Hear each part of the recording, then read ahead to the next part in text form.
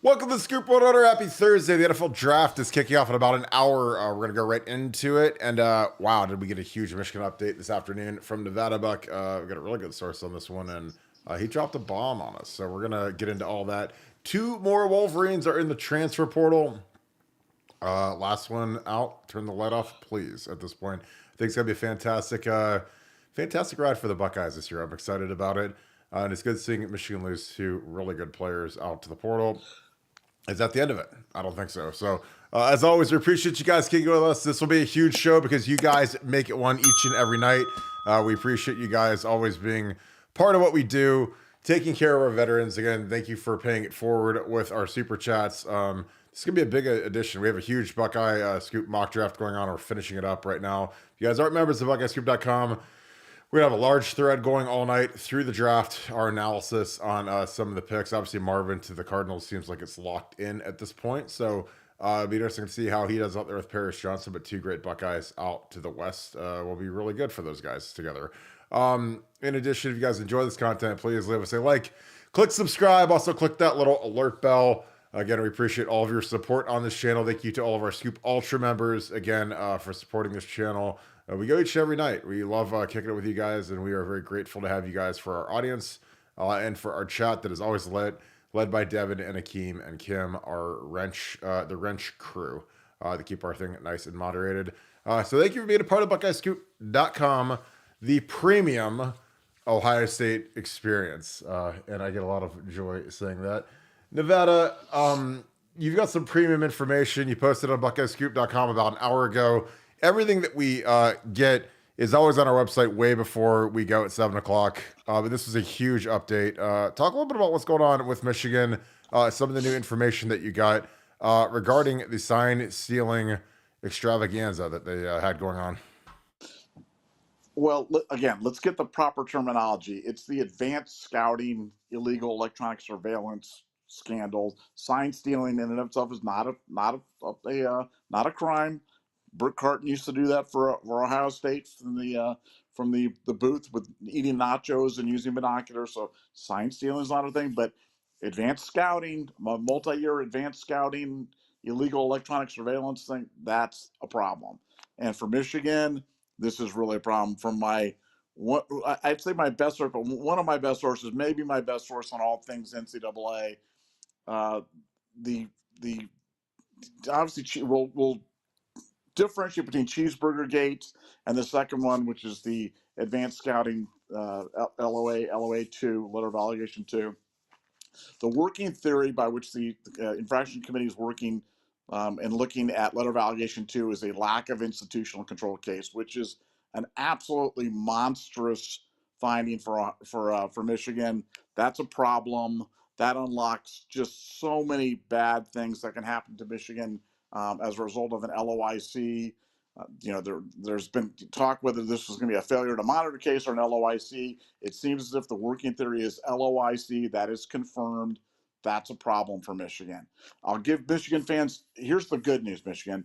They're not considering the death penalty. Death penalty is not on the thing. They're not asking for suspension of football operations for Michigan, that's the good news. Now, here's more good news for you. I don't have any more good news for you. That was it. You're not being considered for the death penalty, but everything else, vacated wins, postseason bowl bans, scholarship reductions, recruiting restrictions, show cause, fines, probation, everything else is on the table for Michigan right now.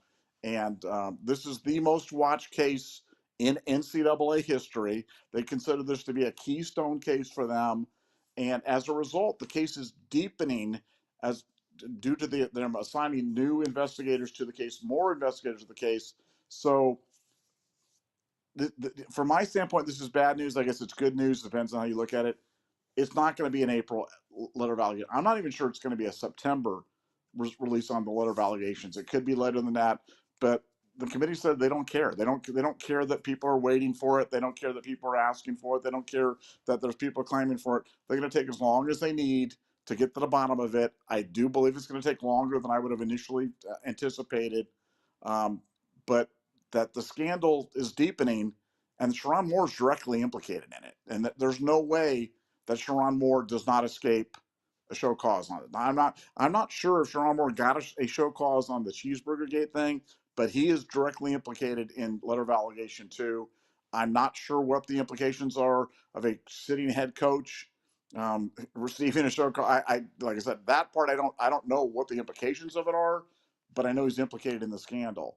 And for Michigan fans, you know, the Michigan admin had been asked for some sort of a negotiated settlement on this and has been rebuffed. So it said, nope, we're going to go through the process. This is not going to be negotiated settlement. They're going to go take this one through to the end. And that's got the Michigan admin in a panic. So that's the update. Very bad news for Michigan. Like I said, I was not expecting to be talking. I expected to talk about the Michigan players into the portal today. I fully did. I had no idea that we'd be doing an NCAA update, but you know, news drops and you got to report it when it does. That's the latest. That's the information, and very, very, very bad news for the Wolverines. Yeah, I mean, lack of institutional control is harsh of a punishment as you can get for a university, and I think it's going to cost Ward Manuel his job. I think it's going to cost, you know, again, these players, you know, the linebacker that left, he got here in January, and he's already out the door in 4 months, and so that's a pretty bad sign. And then they had a 4-star offensive lineman also jump into the portal, and he's a guy that, frankly, you know, like he's a guy that probably could have started this year. I mean, they lost all 5. So again, expert tea leaf reader here. When you lose all 5 starting offensive linemen and you have a 4-star guy who's one of your highest rated guys in the room still leave, then I think that they're hearing the White Walkers circling around Schembechler Hall at this point. And I don't know if they've got Arya Stark to kill the Night King. I think this is going to be one where they just get ran through. So I thought we were going to be talking about the two guys dipping out until, you know, hour and a half ago, you get a message and it's like, hey, this is some real stuff going on here, and this is where it's at. And I've said this over and over again because people, you know, again, and I get it because you love Schadenfreude or whatever it's called, where you love the misery of your enemy. And everybody wants to see Michigan get hit by the hammer of dawn, like from Gears of War back on the old Xbox. And I don't know if that's going to happen yet. Now, the NCAA moves like a tugboat, but once they hit, man, they hit pretty hard. And I think that this is going to be ugly. And again, every single person in the organization, except for Sharon Moore, left. I mean, everybody. So, I mean, like, you know, like what I want to stick around and try to wait it out. And mind you, like they just won the national championship last year in January and they still all left. So this wasn't like they were, you know, like, you know, hey, let's go run it back and defend the thing. Every player that could leave left, every coach that could leave left. And there's still guys leaving. And I don't think that this is the last portal guy that's going to be leaving. So again, I hope you guys are enjoying that national championship, man, because you're about to get smashed by the NCAA. And I think it's going to be awesome because, again, there is justice and stuff like this takes time. But when there's, you know, all this evidence, all the paper trail, all the electronic transactions that I'm sure they're finding right now, they're like, well, we got to lay all this out and say, wow, this is really comprehensive. It's really bad. What did everybody know? Well, obviously Sharon Moore knew. Obviously the defensive coordinator knew, which means Jim Harbaugh knew. Like Jim Harbaugh, as much as Jim Harbaugh likes to play dumb, he's sly like a fox, man. I'm telling you, he knew everything that was going on. And honestly, he probably loved it. He probably absolutely loved it because he's like, you know what? Urban Meyer has ran the train on me for 5 straight years. And now all of a sudden I have a chance to actually get back and win. And I can get out of here so Ryan Day never gets to play me again. Ooh, let's do that. So, hey, he did it. But now you're gonna have to, you know, pay the piper for what you did in terms of you know, affecting the game in a way that was really unscrupulous and really poor. I mean, it's gonna reflect poorly on Michigan. And the funny thing about Michigan is they've just had this consistent aura of where they feel like they're invincible and they cheat constantly. The Fab Five thing, you know, all those banners are gone. This thing is going to be bad. But I love it. Like again, I mean, it could happen to a worse group of people. So I'm excited to see those guys get absolutely smashed.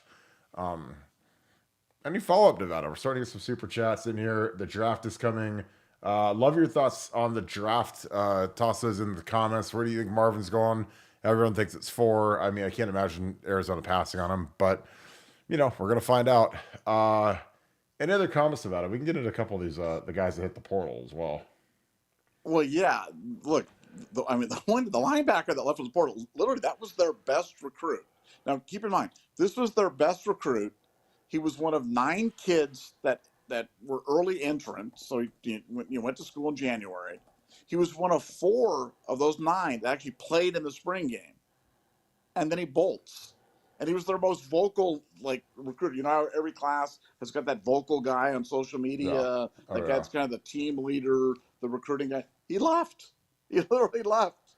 And it's like Michigan fans were just like, oh well. But I mean, even this one Yoder puts out there. Oh, this is someone unexpected. It's like at some point, guys, you have to realize the building's on fire, and everybody's got to get out and save themselves because every day it's another guy, and it's like, well, Keon Slab leaves. Oh, he was no good. Oh, this guy leaves. Well, he wasn't going to start. Well, this guy leaves. Well, no big deal. This guy leaves. Well, there's. Jeremiah Beasley. He's no good. He's just our top-rated guy and our class leader, and he's. I mean, he's from Michigan. He's from Belleville, Michigan. So it's like, I mean, he probably grew up wanting to be a Wolverine. So when that kid leaves, this isn't like this is some kid from from Miami or from Texas or from California. This is a kid from Michigan leaving probably his dream school after 4 months. I mean, I don't know. Like, I mean, like, I couldn't imagine something worse than that. Because again, this isn't like a kid who's homesick or he's just like, ooh, this is about to get really bad. Or he doesn't like Wink Martindale.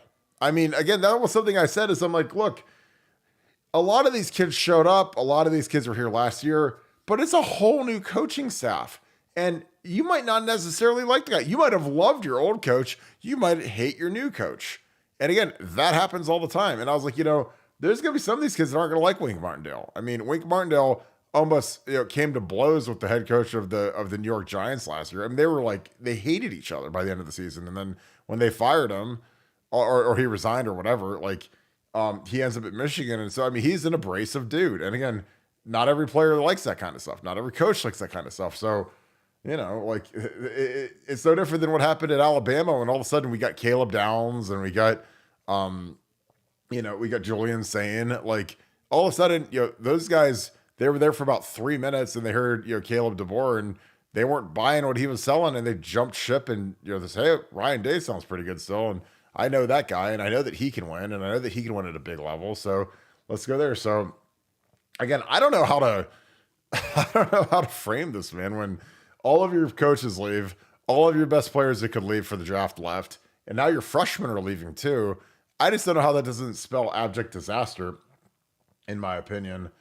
But yeah, but I love every second of it. And the lineman's a good looking kid. He's a 4-star. I mean, and again, it was obviously played a lot in the spring game because they don't have anybody else. But this is a kid that was competing to start, and all of a sudden he's gone. So again, maybe he wanted Sherrone Moore to coach him on the O-line. Maybe he didn't like what the new guys had to say. So I don't know. But again, I love it because every time this happens, they get a little bit more depleted.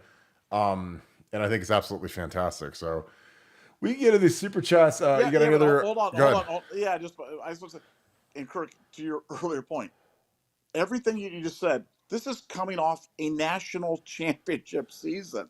I know. This is coming off a national championship. This is as good as it gets. You win the national championship and recruiting, fundraising, your staff, the spirit of the culture, everything should be at the absolute zenith. This is the high point. You're undefeated. You haven't lost a game. You didn't lose a game last year. You're undefeated in the 2024-25 season.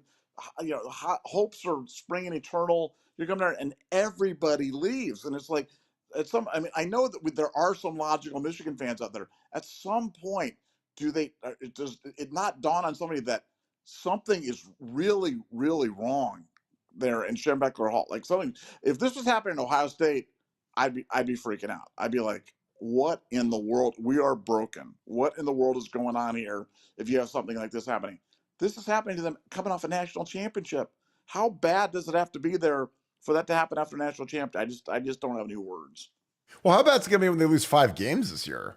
Like, Oh, that's what I'm saying. What's the next chance? Because again, Sharon Moore is, I mean, he is an empty suit, man. I mean, I see that guy, and people say, well, he beat James Franklin and he beat Ryan Day. And I'm like, well, yeah, because like Jim Harbaugh was leading the team for 6.5 days out of 7. And then Sharon had to go out there and decide if they wanted to go for it or punt on 4th down on game day. Like, I mean, being a head coach on game day is, I mean, obviously important, but being a head coach like the other 6.5 days of the week that's 99% of the job. You know, the 3 hours of the game day, okay, we're gonna go for it. Okay, we're gonna punt, kick the field goal, go for 2. Like, I mean, most of that stuff is like kind of just, you know, mindless. You know what I mean? You might have to make some ballsy calls sometimes if you want to, but you know, like I said, the other 6.5 days where Jim Harbaugh was still running the show were more important. But I don't know. Real quick, we got to look at Marvin's drip. Marvin has a fantastic chain because why wouldn't he? Because he is Marvin. He is the Louis Vuitton Don as he is dripped out and draped up.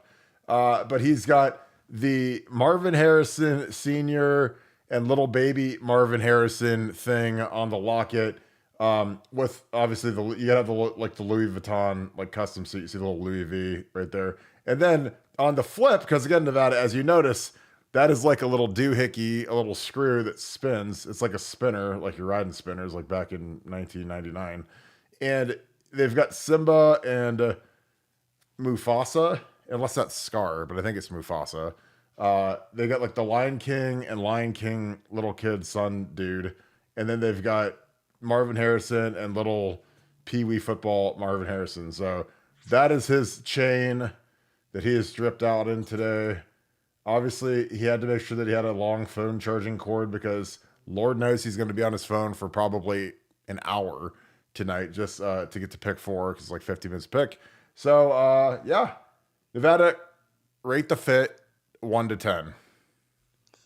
It's beautiful. I mean, that's looking good. And as I mentioned yesterday, I bet Marvin Harrison at minus 1,000 to be the first wide receiver pick. That line has since blown out. I think it's minus 2,700 now. So I've got some huge closing line value. But I'm like, that's 10% return on my money in one day for Marvin Harrison to be the first wide receiver taken. And I mean, while it's not inconceivable neighbors could go over him, I think everything that I've seen, heard, whatever indicates they're going to go QB Marvin Harrison to the Cardinals. So I'm feeling pretty good about my locking in my 10%.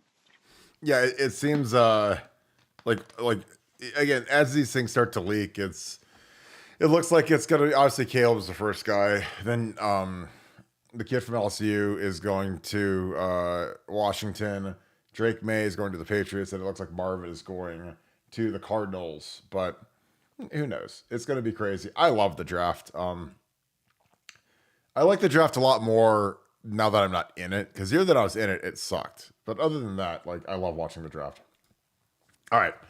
Let's get into these super chats. Appreciate you guys getting us all fired up. Thank you, as always, for being on here.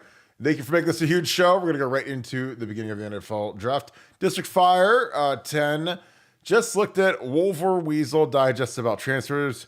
They are actually puzzled as to why. Laugh Out Loud Nevada OH. I-O. But I mean, they're puzzled about everything. Like, I mean, they're like, it's like stupefying how little these people know when they're supposed to be like Michigan insiders. And then they got to watch our show to know what's going on, because that's kind of where it's at. I mean, do you not agree to that? Like, sometimes like I'm kind of surprised, but like, you know, it would probably be like if you took us off the Buckeye beat, like it'd kind of be like the same thing. It would just be a bunch of people that don't really know what's going on, except for what 2 people inside the Woody Hayes like to put out and the messaging they like to do. But we actually like break stuff, which I know most of those guys don't like to do or know how to do. But your thoughts on that? No, I think they'd like to do it. They just don't. They don't have the information, so they can't do it.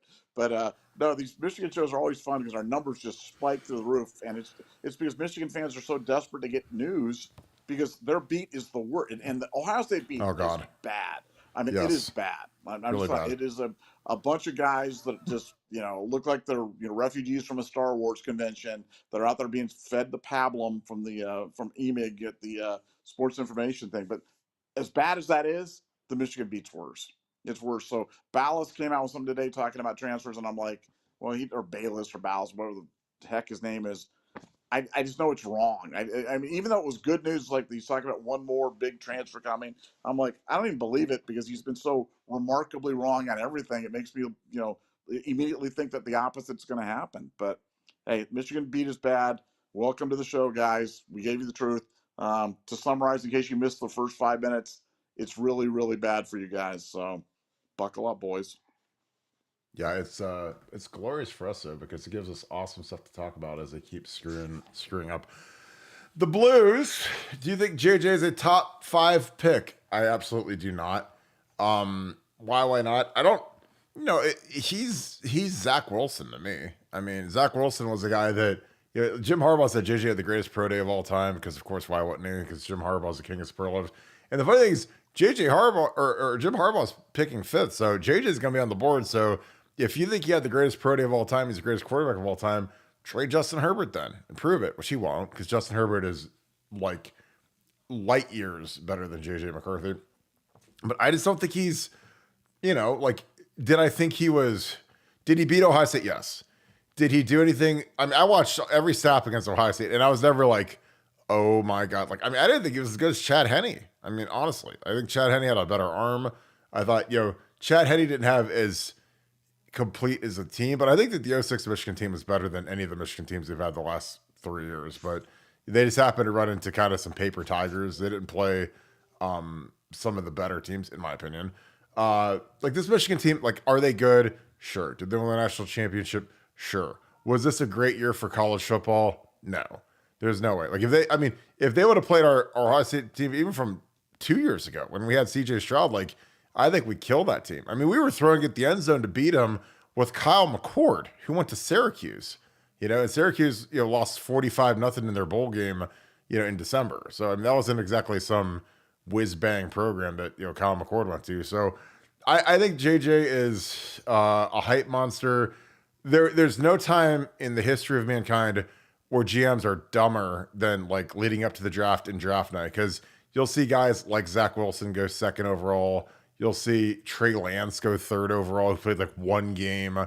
Because these coaches, they get all glued in on intangibles and arm velocity and all this other stuff. And like, like if you put JJ on a bad team as opposed to a team that had the best offensive line in the country the last 2 years, and again, that's not just my opinion. The Joe Moore Award literally was won by Michigan the last 2 years.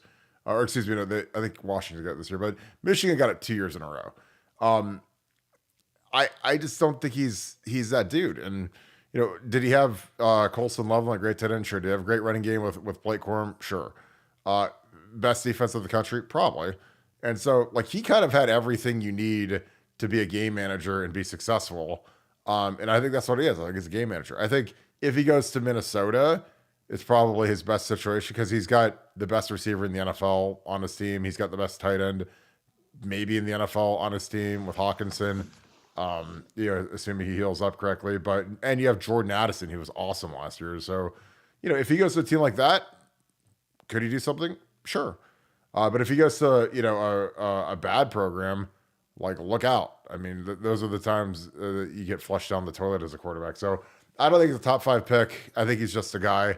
I think in 3 years, he's Zach Wilson. He's getting traded to the Denver Broncos for a 7th round pick. And, it's my thought. Nevada, your thoughts on JJ McCarthy? Couple things. One, I put my money where my mouth is. I've got him falling outside of the top 5. When I bet it, it was at plus 140. It's now at minus 140. So the lines moved in my direction on that pretty significantly. I think the popular opinion is that, but the Chargers keep the pick and take, Joe Alt or trade down to somebody who's looking to take Neighbors or somebody else like that. But I don't think the Vikings are going to trade up to get McCarthy. I think that they may trade up moderately, like a pick or 2, but they're not going to break the bank to go get JJ McCarthy. No, we'll see. I've been shocked before. The Trey Lance thing was absolutely shocking, so maybe we get a shocking thing. But that's my first thing. So I've actually put money where my mouth is. But secondly, ask yourself as an Ohio State fan watching the games the last 3 years, didn't you want JJ McCarthy to drop back to throw? I know I did. I felt like every time he threw, we had a chance to get the ball. And so when Michigan ran the ball, I was like, oh, that's problem. But I wanted him to throw. I wanted him throwing the ball. I know Ohio State wanted him throwing the ball. They felt that was their best path to winning. So, that's not generally what you associate with great quarterbacks. Generally, with great quarterbacks, like I remember when even as mediocre. Remember when McSorley was the quarterback for? I think it was McSorley for Penn State Penn State, when they yeah, had of that course. was that the 4th and 5 play where they ran him instead of pass, or they rolled him? No, Yeah, they ran somebody yeah. else. And I remember thinking, that is the dumbest thing I've ever seen in my whole life. Because every time he went back to pass, he'd scramble for 12 yards or run it, and it was just terrifying. And they handed off. And, like, I never felt, when McCarthy went back to pass, I never felt bad. I was just like, all right, let's go get it. But, hey, we're going to find out here in an hour if Nevadabuck, Marvin Harrison, and, to be the first wide receiver, JJ McCarthy, not in the top 5. We need that to happen for it to be a great night, and I think we're gonna have a great night.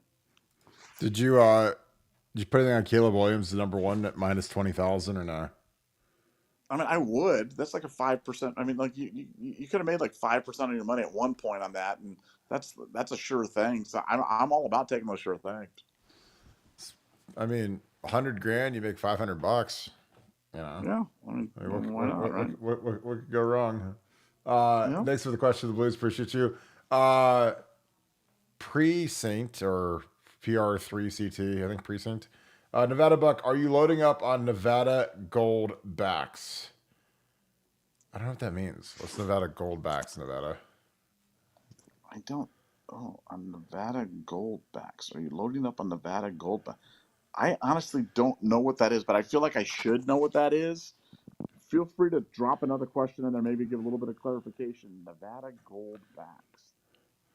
Should I Google that? Yeah, Google that really quick so I can find out what that might. Nevada Goldbacks.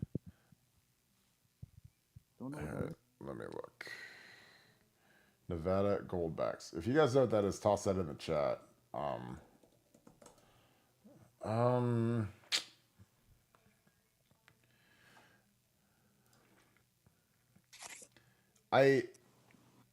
Nevada Goldback is, I don't know what the hell this is.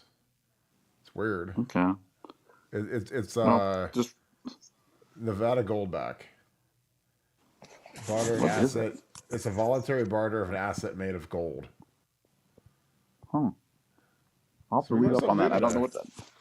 Don't know what that is. I am a big holder of gold. Gold lately is like reading it like all-time highs, but I've been buying a lot of gold. I'm not a buyer of Bitcoin or digital gold. Probably should have been doing that.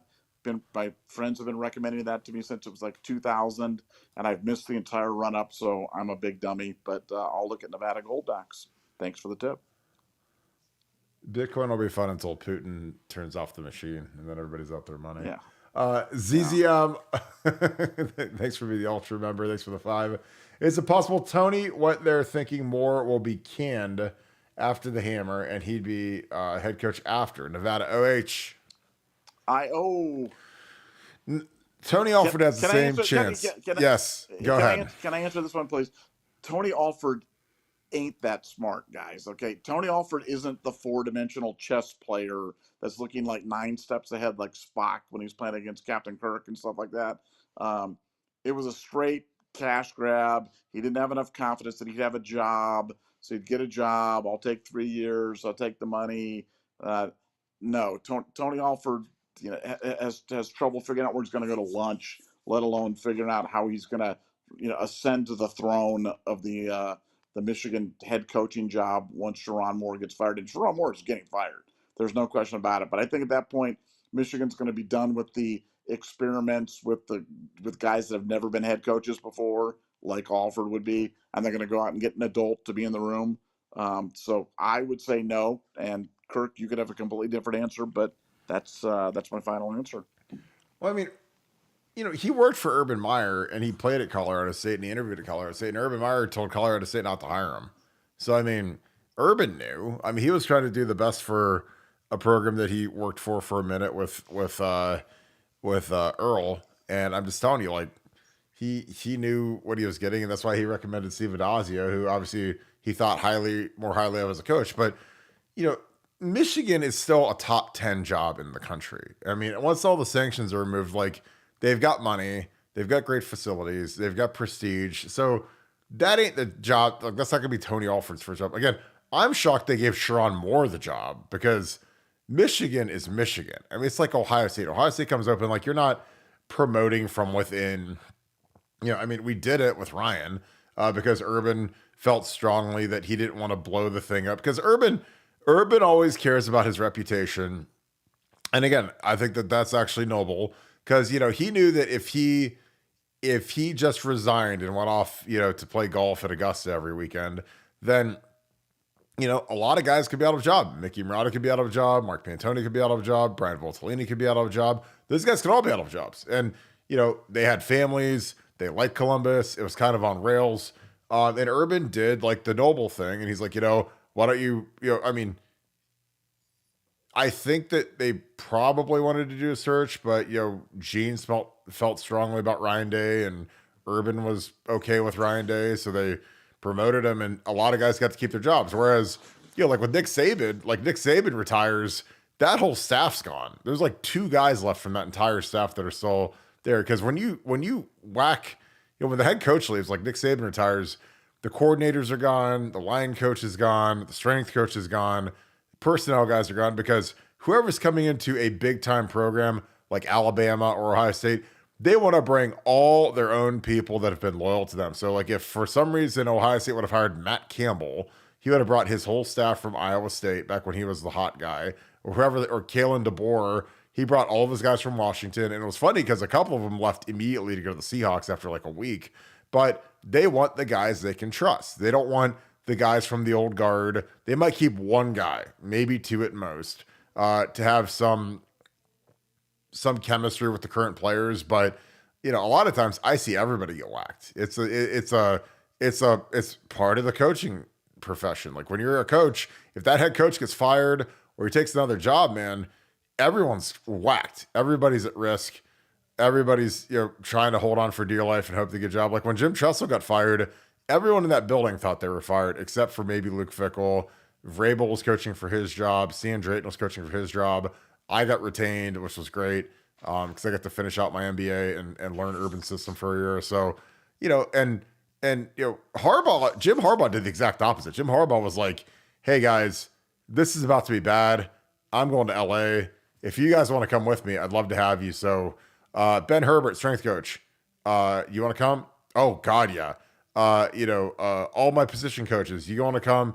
Sharon, you got to stay in the wreckage. You got to stay behind. We'll give you the head coach. We'll give you this big bump. You'll get to be the head coach at Michigan, but you're going to get smashed.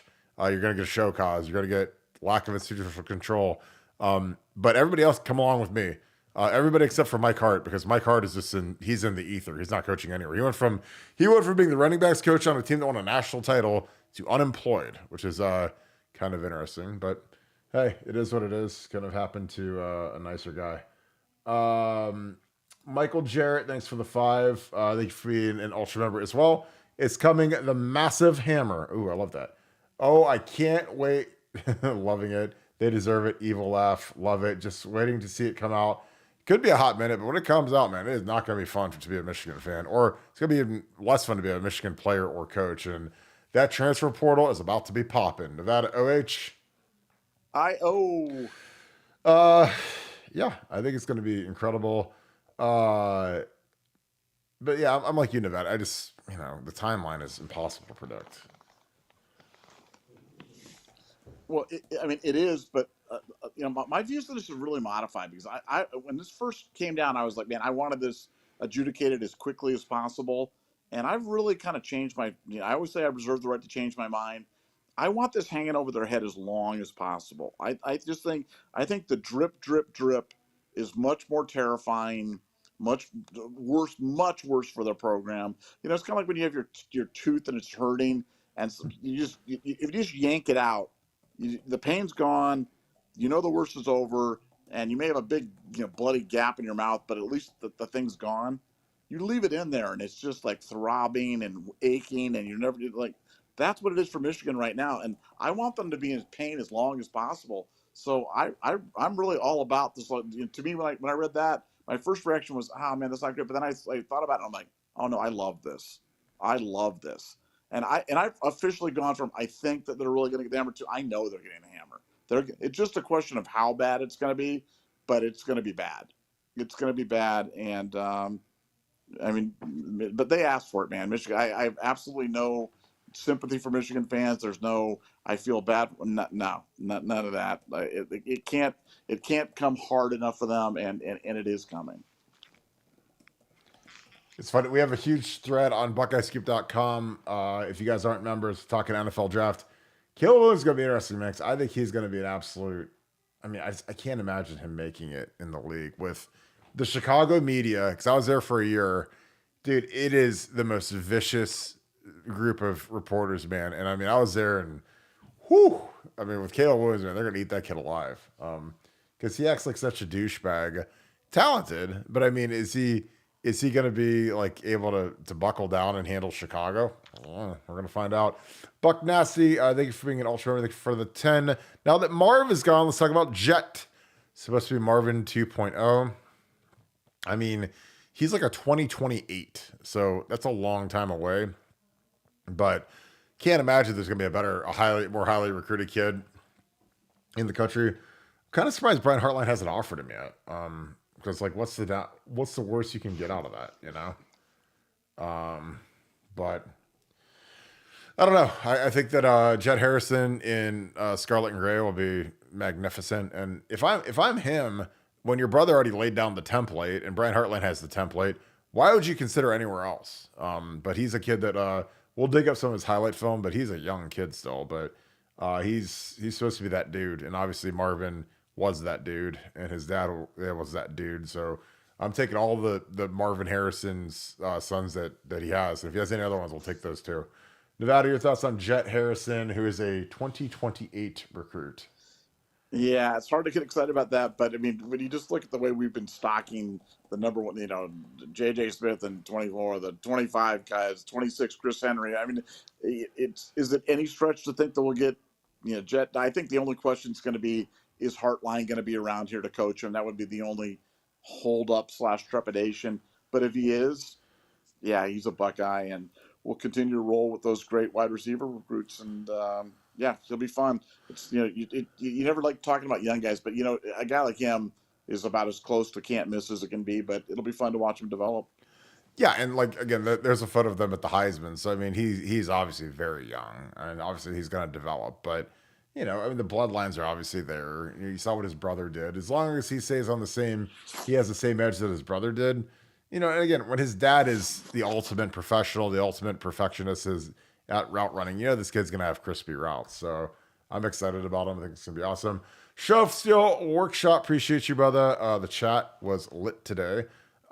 Just a shout out to the Wrench brothers. Keep it up. Appreciate you, my man. Thank you for the deuce. Thanks for being an ultra member as well. Thank you so much. I hope you're beating the hell out of some metal tonight. Again, I love my knife. It is a great gift if you guys want a very cool gift. Shof makes custom blades, and he made this out of. This is exceptionally heavy. It looks small, but this railroad spike is no joke. I think it clubs somebody.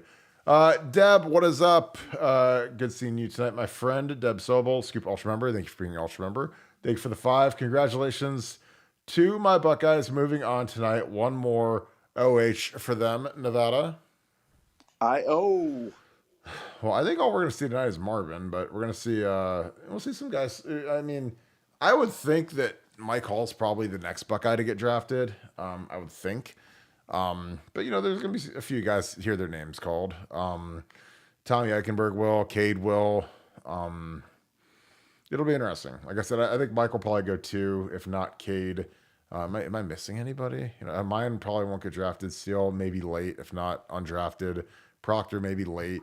It'll be a good night for us. Now next year, we're gonna have a Buckeye Scoop meetup for the draft because we're gonna have so many players, and the Browns will actually have a pick again. I'm not used to the draft. Used to be when I was a young Browns fan, it was the greatest day of the year because they always had a top 5 pick. So it was kind of like the Super Bowl for Cleveland fans. And I know a lot of you guys are just like, oh yeah, I remember those days. What Gerard Warren, or Courtney Brown style bust are we going to end up with? And whew, it was a different time. Sergio Salmon next for the deuce. If UM vacates W's, will the fake natty be vacated?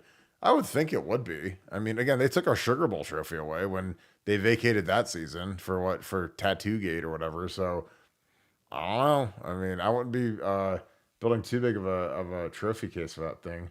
Nevada, your thoughts? If they vacate the W's, will the fake natty be vacated?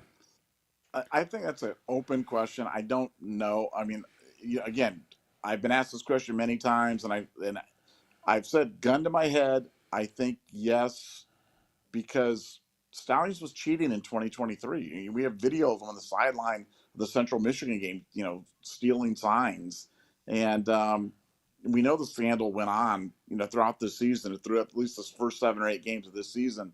So I don't believe that they were, when they vacate the 2023 wins, I do not believe they would have been eligible to have competed in the college football playoff, and hence the championship has to be vacated. I think that's what ultimately happens, but I don't know that. That's what I don't know. And I know no matter what I say, that if they don't happen, that Nevada said he guaranteed they vacate the championship. I never said that. I think they should, and I think it will happen, but I don't know that. But I know they're going to get hammered. And I really do believe that it makes sense for that to happen. Maybe it's just my Buckeye-ness where I just can't kind of go all the way and absolutely believe that it's going to happen, because sometimes things don't happen that are right and just in the world. But if anything's right and anything's just in the world, they will absolutely vacate that national championship, as they should, for cheating. Pooh Beard, my man. I noticed this too. This is great. I love our community on BuckeyeScoop.com, and I love the people that tune into this show.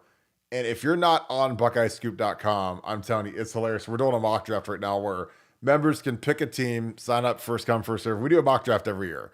Usually we might do one or two, sometimes when it's a little slower. Nobody has taken JJ McCarthy. We're at like pick 20. It has to be like mid-20s. We're almost done. We're at pick 25, which is Nevadabuck. Nevada, do you want to take JJ McCarthy? You're up. I'm not taking JJ McCarthy. Come on. That would be the ultimate. No, I want to tell you. I want to tell you, Dagestan Poppy today bet a prop that JJ McCarthy was not drafted in the first round. He bet a prop. No, the odds are extremely. It's like plus 30,000 or something like that. But he bet it because he's like, look, my eyes don't. I know athleticism. I know. He's just not first round worthy. And I'm just going with that. So look, if Aaron Rodgers can fall to 24, and we all saw that, and we all know that happened, and Lamar Jackson went in the top of the second round, could JJ McCarthy fall out of the first round? Absolutely. I mean, at a plus 30,000, why not take a swing at something like that? But yeah, that was a bet that was actually made today, believe it or not. I mean, so who do you want? Do you want like Kool-Aid McKinstry, or do you want a receiver? Anybody but JJ McCarthy. Anybody. Do you want to do your old I want the best Buckeye available thing that you used to always say? Give me the best. I used to like that. I would take Mike Hall. I'd take Mike Hall there. Do you want Mike Hall? Yes, I'll take Mike Hall. I mean, it's a mock draft. Like, it's not like this is going to be on your Madden franchise or something. No, I'm taking Mike Hall. Live on the air, Nevadabuck with the card, Mike Hall. Mike Hall, DT, Ohio State. Yep, I love it. Oh my gosh, what a great thing! And nobody took the Bucks. So I don't have to pick for the Bucks. But yeah, should the Bucks take JJ? I don't know. Maybe we could do that. No. Did I miss? I missed one. Sorry. Jim Jackson, draft night food of choice. I apologize. I missed you, my man.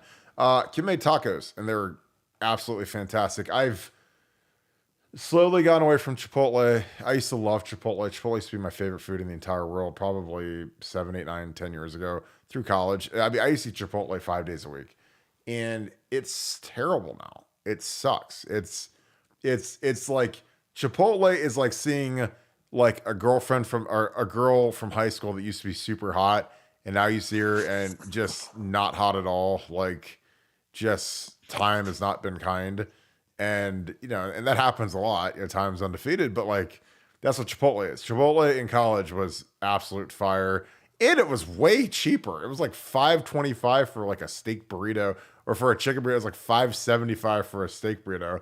Now it's like $15 for a burrito that tastes terrible. So they it's just falling off there. So Kim made tacos; they're fantastic. She can throw down. And again, I like eating. I like to go out to eat a decent amount, but when she cooks, it's fire. So shout out Kim, shout out tacos, shout out NFL draft. Thanks, Jim. Appreciate you, brother. D Sunny, thank you for the 5. Kirk, what was the process for you to pick an agent, and what factors did you consider? Oh God, that's a great question. I interviewed probably 4 or 5 agents. Priority Sports out of Chicago, DeBartolo Sports, which was Ralph Sindrich. Ralph Sindrich was a power agent back when I came out. Octagon Sports is out of Los Angeles. CAA, like they all, you interview all of them. You talk to them, you kind of figure out who's going to be your guy, because obviously, like depending on who you are, depends on who you're going to be working with. Because certain guys are quarterback guys, certain guys are first round guys in terms of agents. I went with DeBartolo Sports because it was Ralph Sindrich's agency that Eddie DeBartolo Jr. bought into. My class, we had Gosler Sherrillis, Deshaun Jackson, Troy went with them. There are a ton of guys that went with them.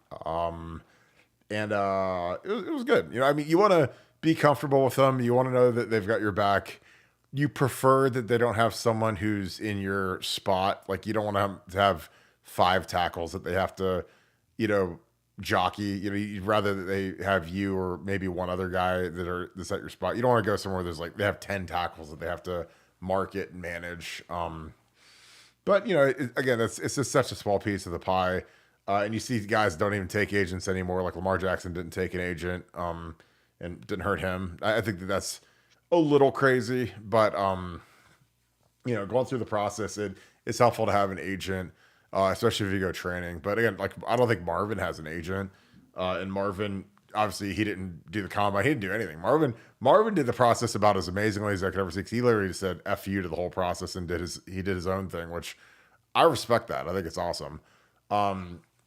But yeah, you just kind of go through it, and it's the same thing. Like anytime you guys pick, for you guys, like you guys have sold houses or whatever, you pick a realtor, you pick someone that you're going to work with.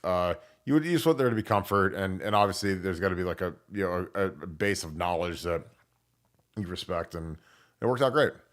But yeah, it was fun. Like I mean, my agents did a great job, and I help him. And it's funny because my agent's got Paris Johnson now, so he got a way better tackle now. But I was happy for him because he deserved it, and Paris is obviously going to make $100 million in his career, and he'll be the starting left tackle with Marvin this year, which will be awesome. Thomas Taylor, thank you for the 5. Nevada, any books give you comps for money wagered for the massive favorites? Ooh, I don't know. Nevada, your thoughts on that? Well, I mean, it's the question: do I get like freebies and stuff like that? I think. Yeah, yeah. Basically, the way the with the books, it's all about volume, about how much you bet and how much you do, and when you bet a lot, you get if you have relationships with certain books, there's the things that people don't understand about bookmakers is there's 2 types of bettors that are coming into the books. There's the square bettors that are coming in, and those are the ones that people want. And then there's the sharp bettors, and they some people say, oh, the sharp books don't want sharp bettors, but a lot of times they do, because they use the information they use to see which side they're going on, and then they adjust their lines accordingly. And if you're one of those guys that's betting like markets like the NFL, and you're betting it an hour before the kickoff or something, that line is as sharp as can be, and you just have no chance to beat it, like none. But if you're betting into like kind of minor markets, that's what we like UFC. You're betting early morning line or early week lines, like Monday lines, Tuesday lines. You can beat the line by 100 points or 200 points. And so a lot of time when we come in there, they give us comps because they want our action. Because when we place our bets, they know where they got to move their lines on the stuff, and that's kind of what we do. So yeah, when I'm placing bets, You try to load up the goodies so you don't have to pay for hotels or flights or dinners or show tickets or anything else like that. And it's a nice little accoutrement. Yeah, totally agree. Dan Welch, thank you for the 5. Hope the NCAA doesn't go easy on the Chiefs up north. I just wouldn't want to be. It just wouldn't be fair to the rest of college football. What do you guys think, Nevada OH? I think. I think when something. I think when something like this happens, they always like to smash and make a statement, and I think that that's what's going to happen. They're going to smash Michigan. They're not going to let this thing just slide by and think people can get away with this, because I think it was so egregious and it was so it was such a bad precedent that this team won the national championship and kind of embarrassed the NCAA. So I think there's going to be some heavy repercussions. Again, lack of institutional control. And again, that's why, like, when you talk about what's going on with the basketball team, the hockey team, I mean, it is nasty up there right now. It's crazy up there right now. So, I don't know. I think it's gonna be pretty ugly. Nevada, you're in agreement with that. Well, I am, but I want to be clear. The reason that I'm in agreement with that is because that's what I'm hearing from the people in Indianapolis. If I heard from them, hey, this really isn't that big of a deal. Hey, look, we're just kind of moving on. We're really not that big of a factor anymore. Hey, you probably think this is a bigger deal than we do, but I'd be giving you a completely different thing. I'm not giving you my wish list. I'm telling you guys what's happening. So the reason why I believe that it's a big deal is because they believe it's a big deal. The reason I believe they're going to get the hammer is because they believe they're going to get the hammer. The reason I believe it's going to be a lack of institutional control is because they believe it's going to be LOIC. So that's where my confidence, my thoughts are coming from. And look, it makes sense to me. If you look at this thing objectively, you can't draw any other conclusion. The only way that Michigan was going to skate on this is if every other punishment that was coming out lately was like a slap on the wrist, like nothing and just a letter. And so they're giving bowl bans to schools for stuff that's not 1/1000th of what Michigan did. So I thought the latest penalties that are coming from the Michigan, the 10-year show causes, and they gave out 2 10-year show causes and 1 8-year show cause to Arizona State. Like the guys that got off light got the 5 and the 3-year show cause. I mean, those are incredibly harsh penalties. Jeremy Pruitt is basically banned for life. Went from Tennessee football coach to PE teacher. They're hammering teams right now, and now they've got a team that was involved in a multi-year cheating scandal. Yeah, it's going to be bad, but not because I wish it to be, but just because it is. Yeah, and that's what matters, because like we don't have the power to do anything. We can sit here and be talking heads and say, "Oh man, I want Michigan to get smacked," but like when we hear what we hear, like, well, we're talking to people that are like right in the mix of it. So there are gonna be some. It gives us a lot of good hope. And speaking of hope, my man, James Yoder, thank you for the 5, James. I appreciate you. It's good talking to you on the phone today as well. Nudes in profile. Appreciate you, man. I can't wait to have you on the show next week. I hope you guys have a football program this fall. We're going to miss you guys, but they might have to suit you up, Yoder. You might have to get out there and play a little bit, because all your guys are hitting the portal. They're running for the hills. And I love every minute of it.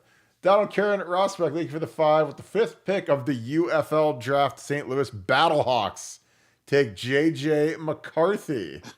Ooh, I love that. Nevada OH. You still get paid because yours is NFL, right? It's not UFL, so it'll be good. I love that. Yeah, I think it's gonna be an interesting night. We've got about 5 minutes till the draft is about to hit it. Nevada, what's your favorite NFL draft memory? My favorite NFL draft memory is, and maybe it's a false memory, but you can correct me. I think it was the Vikings, when the Vikings missed their pick and didn't get their pick in time and stuff like that. I thought that was, I'm pretty sure it was the Vikings. But you might want to check my that was the Mike Tice era Vikings, and it was Kevin Williams, who ended up being a monster for them, is who they ended up drafting. But like the Vikings missing their picks, I mean, I would have fired everybody in the front office. I mean, that was when that was like when Dale Talon was running the Blackhawks and he didn't file like Patrick Kane's contract correctly or something, and like something insane like that. I mean, and I think that they used to have 20 minutes in between picks back then, and they didn't get the call in time to take. They ended up getting the guy they wanted anyways because they wanted Kevin Williams, but it was like that was the dumbest thing I've ever seen in my life because you know when these guys do draft prep, it's funny because Ryan Poles, who has the first pick in the draft, who's the GM for the Chicago Bears, he was my teammate in Chicago. He was an undrafted free agent. I mean, like, he was terrible. He was the worst player in the camp. Nice kid. He's from Boston College. He was the kid that Ohio State offered. And I was like shocked. I was like, because he, nice kid, but weak body, not an ounce of muscle on his entire body for an offensive lineman. It was almost hilarious how bad of a body he had. But he was a guy that Ohio State really wanted over. They offered him over me, like we're the same class, which was hilarious. But I think it's interesting when these guys have so much prep. They go through so many mock drafts. They go through every scenario, and they still miss the pick. Like that was insanity. I've loved the draft since I was a little kid. And I had a dinner with Kevin Colbert from the Steelers at a banquet about 2 weeks ago, and I was talking about the draft. It's just like something I love. I love studying. I love seeing Brian Hartline and Ryan Day are there with Marvin right now, and it's the green room. They're showing the green room on ESPN. Like it's gonna be cool. It's cool. It's in Detroit too. I like that they move it around from New York to Philly to Cleveland. I think that's actually really cool. It gives some of these. Obviously it was in Vegas. There's Marvin, of course, stunting. Marvin's on ESPN right now. I mean, he has got the whole kit on, man, and he is loving that stuff. Shout out Marvin, and Marvin's probably the best dresser in the history of Ohio State, but he also had NIL money and he had his dad's NFL money, so it also helps. Nick Smith, thank you for the 5. So Nevada, is it fair to say, since you hold gold, the only thing that will stop Ohio State winning the chip is World War III or the dollar goes by? That is what I call a super chat. That is what I'm talking about, Nick Smith. Nevada is the only thing that's going to stop Ohio State, not Georgia, not Texas. World War III or the dollar goes bye-bye. Your thoughts on that? I think that's it. If we lose reserve currency status or World War III, Putin's price hike, any of those three things could cause us to not be the national champion. But other than that, yes, calling it 2024-25 guaranteed national championship, Ohio State. Bet the odds of them are so short to win the national title right now. I think they're like plus 400 or plus. I mean, it's some. The odds are just not true odds. Terrible, terrible odds. But it shows you how many people are betting Ohio State to win the title. They've made the odds incredibly short for the Buckeyes. The Buckeyes getting a lot of love in Las Vegas. Yeah, and I think they should. I think that they deserve that. I think again, like I think that Ryan Day's mastery of the transfer portal is something that it should be the talk of college football. How, he goes out and not only does he get stars for this year with Will Howard and Caleb Downs, Quinshon Judkins, he gets guys like Julian Sain for next year, which I think is really impressive. Again, it was a masterful performance by him, and I'm just so excited to see how this team comes together, because again, I think a lot of these guys, they see what's going on in the building. They see what kind of year is coming down the pike. And so these guys, they're not leaving. I mean, we've had 2 guys leave, and there were some people thinking there'd be 7, 8 guys take off, and guys are sticking, man. I think that they see what's coming. I think they see this is going to be a special year. And I couldn't imagine a worse fate than leaving and going to Akron or Central Florida or somewhere and missing on a national championship, missing out on beating Michigan, missing out on getting a gold pants and Big Ten championship and the like. So, I think a lot of guys are sticking because they want to be a part of the show. ZZM, appreciate you, my man. Thanks for being an ultra member. Thank you for the 5. You hear of college football with Sam. He's another decent Wolverines fan you guys might consider bringing on the show. He respects OSU and is logical. I don't know if I've seen that. I'm assuming you're not saying Sam Webb, because I know that a lot of people on my message board hate Sam Webb. I don't think he'd come on our show anyways, because he's a 247 guy. But I'm always open to have anybody on, and I'm also open to go on anybody's shows. I've gone on a bunch of people's shows, so I think that's kind of something that I like to do and help people out and build their programs. I went on Jux's show. Um, I went on a couple more shows this week. So, Mr. Dukes, I was on your show. So appreciate you guys that support us. We like to try to support you. Well, Nevada, the draft is about to tee off, so we can sign off. Appreciate you guys. Nevada, any final thoughts?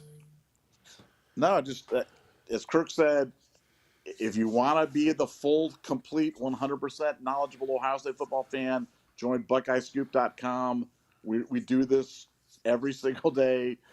Somebody's always on the board answering questions, firing up new topics. It goes 24 hours. We're only on this podcast for like an hour and a half a day. The other 22 and a half, we're at BuckeyeScoop.com. And we'd love you guys to become a member and to become a more knowledgeable Ohio State fan. And we appreciate you guys being here. So thanks so much. See you tomorrow night.